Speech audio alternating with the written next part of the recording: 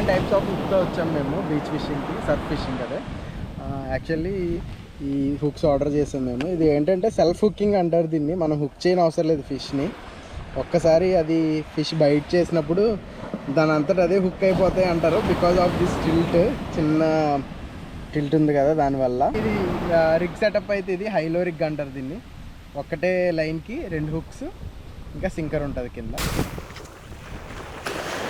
మంచి size cat fish. So బేసిక్గా ఈ హుక్ వల్ల అడ్వాంటేజ్ ఏంటంటే చేపలు గొంతు దాకా మింగలేమన్నమాట.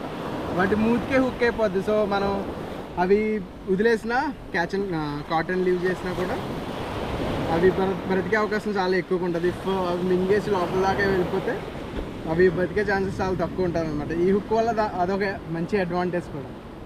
సో మంచి సైజ్ క్యాట్ ఫిష్, జెల్ అంటారు తెలుగులో దీన్ని.